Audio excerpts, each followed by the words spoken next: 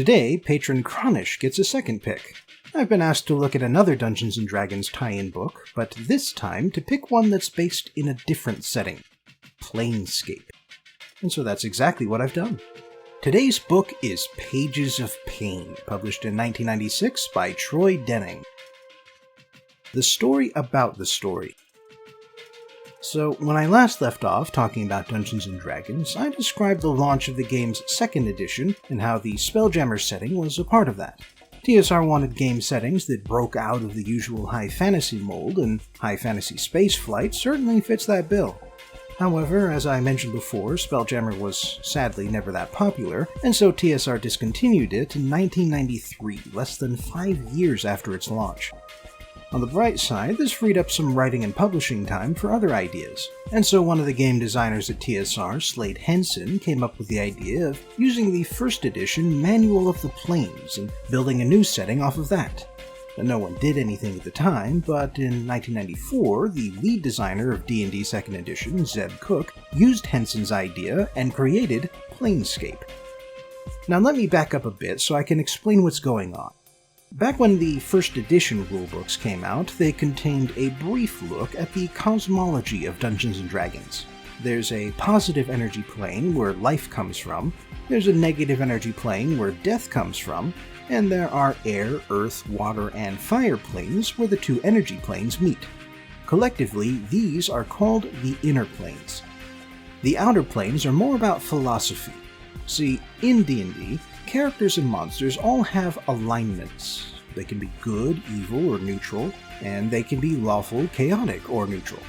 Your alignment could change how spells affected you, and change how other people and monsters thought of you. And it also meant you had a secret language you shared only with those of the same alignment. But that last idea was stupid, and so it swiftly died. But your alignment would also determine which afterlife you would go to, with good characters going to the Seven Heavens, Elysium, or Olympus, and evil characters were doomed to the Nine Hells, the Abyss, or Hades. In 1987, just a couple of years before its second edition began, TSR published the Manual of the Planes to expand on the one-page chart in the original player's handbook. It added extra elemental planes between the 4 big ones and between the 2 energy planes, and it describes the outer planes, along with how living mortals can survive there. There's a wizard spell that lets you shift between planes, so it's entirely possible to crash someone's afterlife. Planescape expands on this even further by describing the planes in even more detail and creating a setting hub within the outer planes. The idea is that at the very center of the outer planes there is a giant spike that is infinitely tall, and at the top of this infinite spike there floats a torus, a donut shape. Inside this torus is a city, Sigil, and in Sigil, there are an infinite number of portals that can take you to all the planes in existence, assuming you have the right key, of course. A portal in Sigil can be any door, window, arch, or passageway that's closed on all sides, and a key can be literally anything. An actual key, an old mug, a specific person, or even just a thought that runs through your head. As such, people fall through portals accidentally all the time. Something else Planescape does is move away from using words like devil and hell. D&D was targeted for including such things by the family values crowd, who blamed it for, among other things, causing the suicide of a college student in 1980. And to be fair, there is a lot in the original books that overly concerned Christians might object to. Rules and stats for summoning demons, the ability to play objectively evil characters, and pantheistic religions that can grant spells based on biblical miracles. So yeah, to get away from all that bad press, the second edition books renamed some of the outer planes to make them less obviously religious, and they renamed demons Tanari and devils Batazu. It was kind of low effort, but then so is blaming a tabletop game for suicidal tendencies. Incidentally, 3rd edition D&D would bring back the names Demon and Devil, but they kept the lore, and so they say that these are just the mortal names for them, and the exotic names are what they call themselves. Now back to the Planescape setting, there are 2 things you should know about it before I move on. First, The city of Sigil is primarily controlled by 15 factions, and in true Outer Planes fashion, all 15 factions are based around real-life philosophies.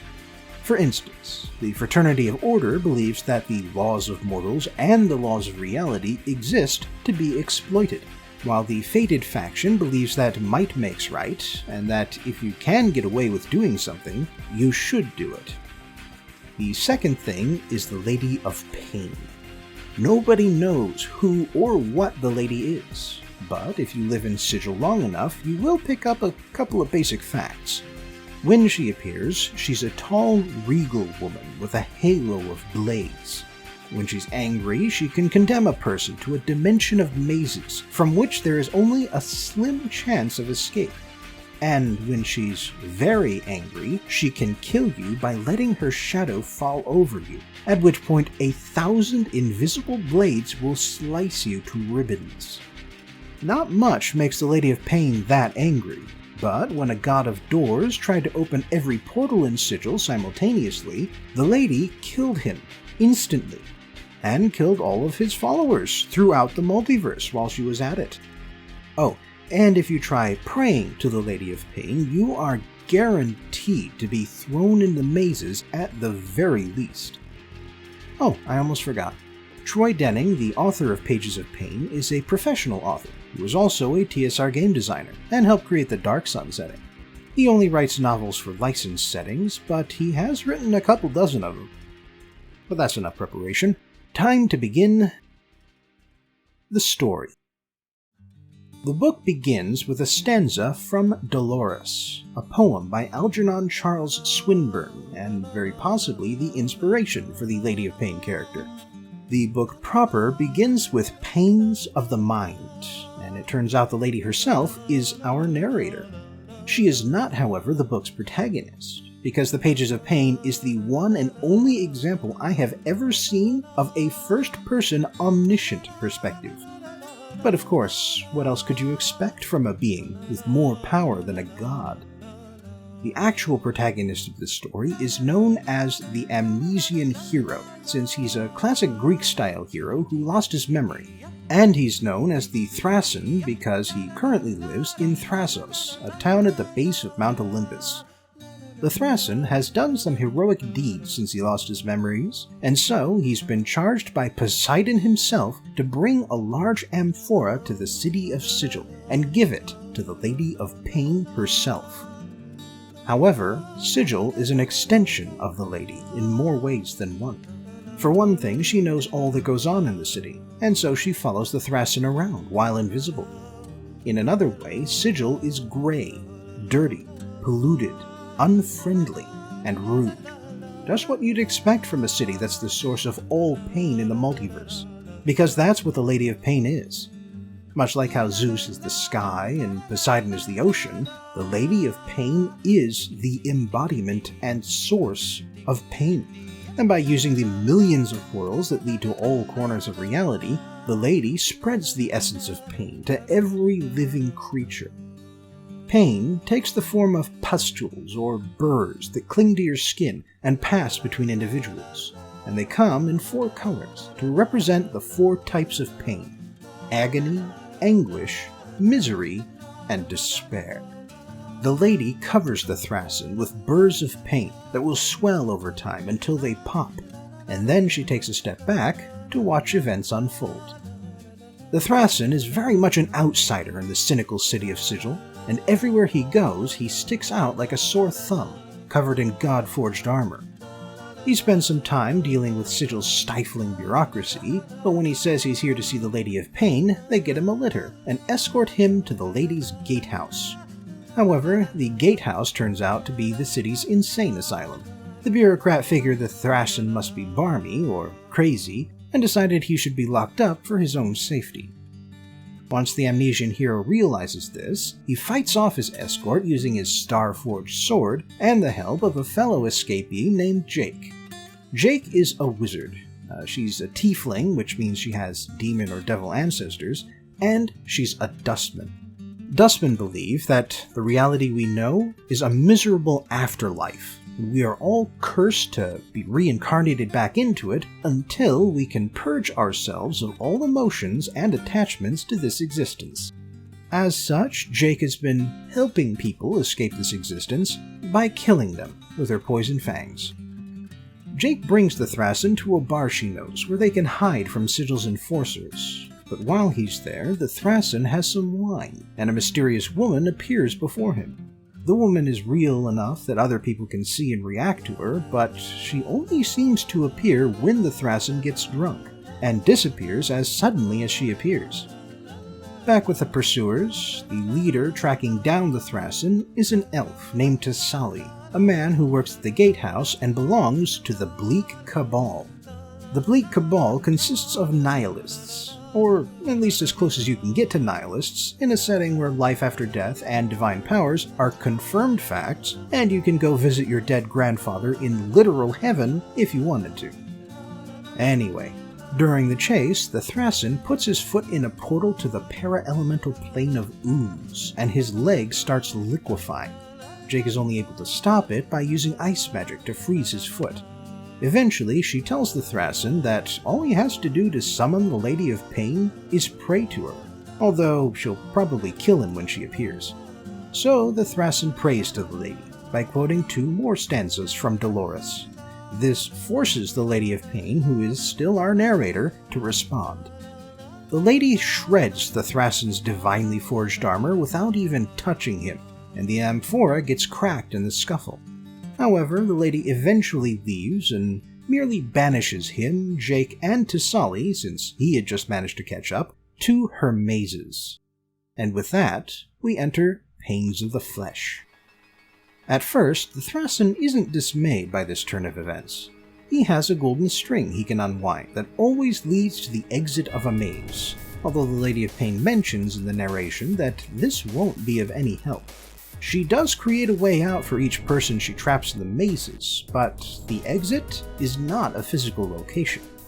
Meanwhile, a single pale strand escapes the crack in the amphora and touches the Lady of Pain, giving her a vision of her parents, Poseidon, and the elemental queen of air, along with a fiancé, bringing 4 wedding gifts: agony, anguish, misery, and despair. Back with the Amnesian hero, he, Jake, and Tasali have decided to join forces because they've got bigger problems than each other now. As such, when the maze heats up and the Thrassin's foot starts to melt, Tasali transmutes it into a brick, since he can't actually heal it. The 3 follow the golden thread after that, but over time the heat becomes unbearable, and it does not help when it starts hailing. The group hears some distant roaring and realize that the lady's labyrinth comes complete with a monster. When the golden string starts bobbing, they ready themselves for battle, but the reason for the bobbing turns out to be a Barriar, a kind of sheep centaur. The Barriar is named Silverwind, and he belongs to the Sign of One, the faction full of people who each believe that they are the only true person in existence, and everything around them is created by their imagination. The Thrassin and the others play along with Silverwind's beliefs and offer to let him join because he's a cleric who knows healing spells, and he has an unfailing sense of direction and can lead them right back to where he found the golden thread. However, it's at about this point that the monster of the labyrinth attacks. The Thrassin cuts off her arm, but she reattaches it to her stump, and it starts working again. The group eventually escape through a conjunction, an utterly black square that sometimes shoots gouts of fire, but otherwise leads to a different part of the labyrinth. The heat and hail are gone, and instead there's a thick layer of ash on everything. Oh, and then a black scrap of cloth escapes the amphora, and instead of heading for the Lady of Pain, it turns into a giant named Periphetes that the Thrassin has to kill. A giant the Amnesian hero distinctly remembers having faced once before. The giant turns into a boulder after he dies, and when the Thrassin moves the boulder, he finds a pair of sandals and a fine sword. After much deliberation, the Thrassin puts on the sandals, and he gets a vision of his mother, and the journey he had to go on to meet his father, the king. He also hears his real name, Theseus. Then, because Theseus drank some of Silverwind's wine, the mystery woman reappears and leads him away from the group. She also chides him for forgetting all about her, and when she vanishes, the book switches to Pains of the Heart. At this point, the Lady of Pain has had enough of being tormented by a single memory fragment, so she appears in the maze to retrieve the amphora. Theseus has left it with the group, and when Thessaly decides to grab it or throw it over the side, the lady cuts off his hands with a single gesture. The group then decides to risk falling into a new area by jumping over the maze wall to escape. The Lady of Pain starts pulling golden hairs one by one from the cracked amphora. She sees herself at her engagement party, having been promised to Set, the Egyptian god of chaos and violence. However, she's thinking of running away with Baphomet, a devil figure apparently made up to discredit the Knights Templar in the 14th century. The lady and Baphomet escape to the river Styx, whose true name is the River Lethe, and they plan to drink the waters and forget everything, and thus be free of the past. However, the lady also wants to be free of Baphomet, who literally stole her heart. But when she tricks him into the river, her heart falls in too. But then the Lady of Pain realizes that she wouldn't know the Styx's true name if she drank from its waters, and she realizes the amphora was Poseidon's trap all along. Still, we aren't done with Theseus just yet. Having been separated from the group, Theseus stumbles through the maze alone, until he happens upon a group of people with maze blight, a wasting disease like leprosy that sets in when you've been stuck in the Lady's Labyrinth for too long. One of the maze-blighted is a Tanari, a chaotic demon, who is probably a Balor based on his description.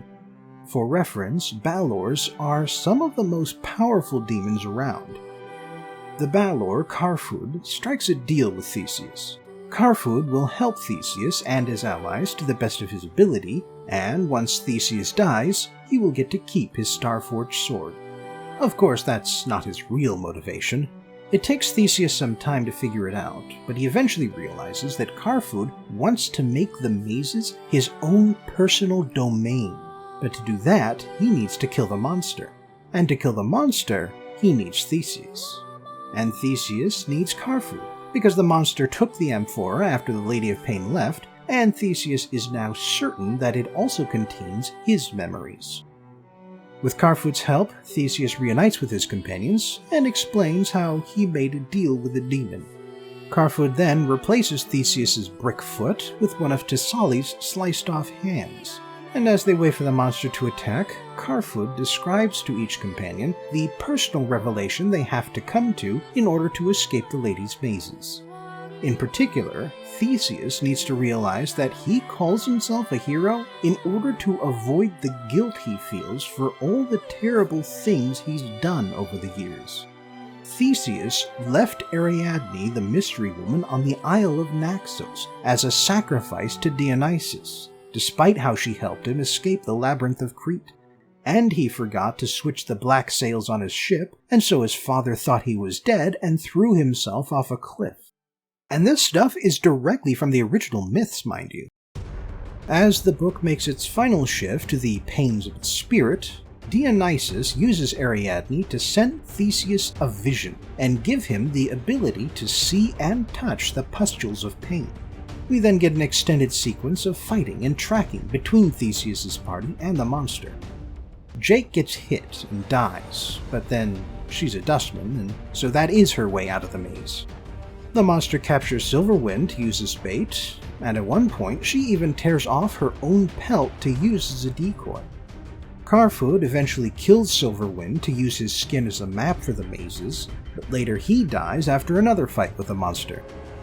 In the end, Theseus chooses to save his remaining companion Thessaly rather than recover his memories, finally doing something good instead of something glorious. And for doing that, Theseus and Thessaly escape the mazes. There's a short epilogue after that.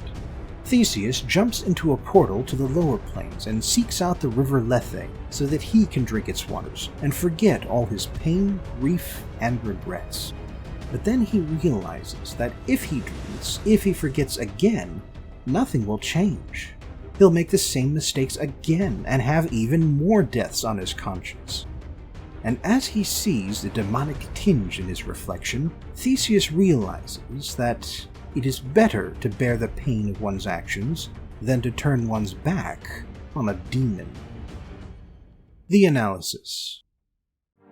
Pages of Pain certainly lives up to the name, because this book is indeed all about pain. It's about agony, the physical pain of getting burned or being slashed with a blade. It's about anguish, the long-term pain of being thirsty or starving or running a fever.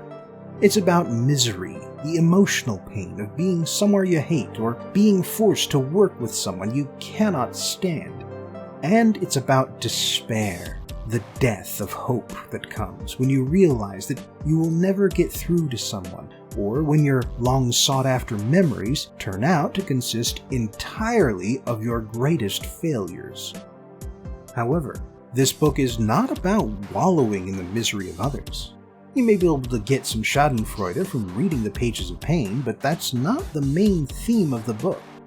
The Lady of Pain has an almost conversational tone when she inserts herself into the narrative, and she speaks to the reader directly on several occasions. During some of these asides, she justifies the existence of pain in all its forms. If we didn't feel pain from doing the wrong things, we wouldn't learn to do the right things.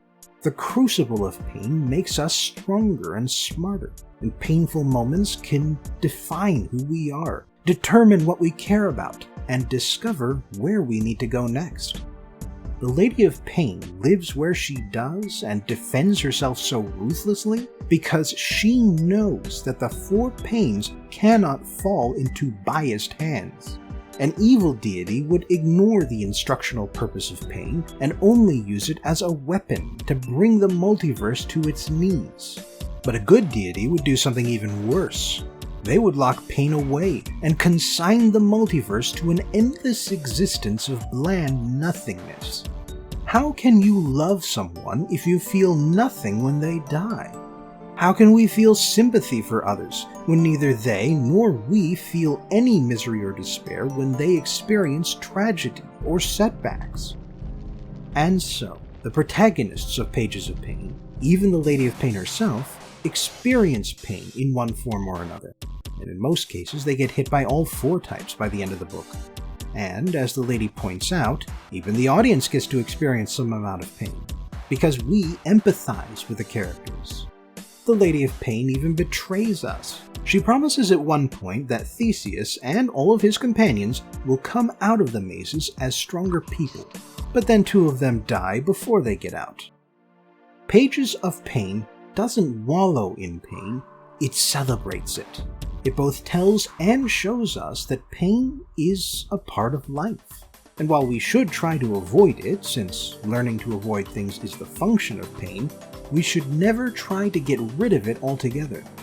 Pain is a teacher, a spice of life, a constant companion, and so no matter how unpleasant it is in all its varied forms, we should be willing to acknowledge all of the things that pain does to help us.